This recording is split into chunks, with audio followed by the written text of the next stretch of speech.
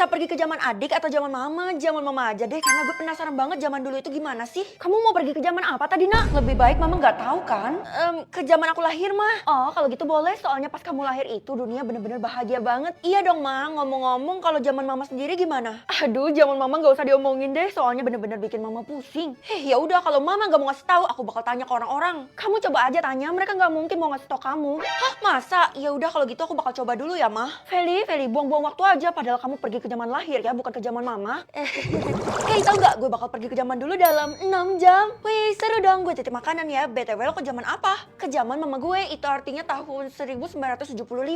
Seriusan lo? Iyalah, kenapa lo ketakutan gitu? Emangnya ada yang salah ya sama zaman nyokap gue? Kalau dibilang salah, iya salah banget, Vel. Soalnya pas zaman nyokap lo itu dia yang paling ditakutin. Ya iyalah, orang nyokap gue suka marah-marah, gimana orang-orang gak takut? Tapi bukan karena itu, kalau lo mau lebih dalam lagi, tanya aja sama Bu Guru. Oh iya, Bu Guru kan bestinya nyokap gue, jadi udah pasti dia tahu seluk-beluknya nyokap gue kan?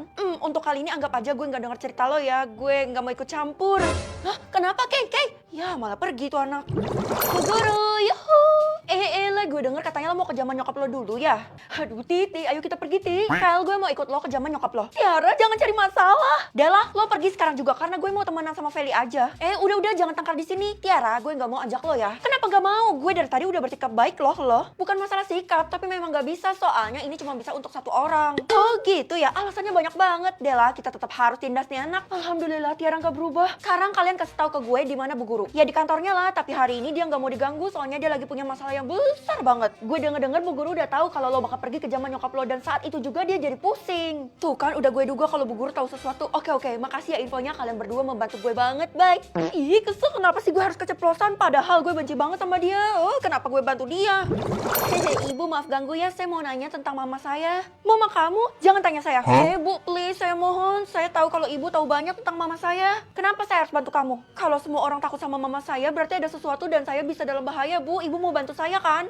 Benar juga ya. Ya udah, saya bakal bantu kamu. Tapi gimana caranya? Dalam 1 jam lagi saya bisa ke jamuan mama saya, Bu. Tapi saya juga harus bawa teman satu. Cuman nggak tahu siapa. Kayaknya ibu pantas deh. Oke, saya mau. Yes. Makasih banyak, Bu. Tapi jangan bilang-bilang sama orang-orang ya. Karena tadi saya tolak Tiara buat ikut sama saya. Saya harap kamu bawa perlindungan dan jangan bilang ke mamamu bahwa kamu akan pergi ke zamannya. Iya, Bu. Tenang aja. Karena saya udah bohongin mama saya. Saya bilang saya pergi ke zaman lahir. Bagus. Sekarang persiapkan dirimu karena kita akan menghadapi sesuatu yang sangat besar.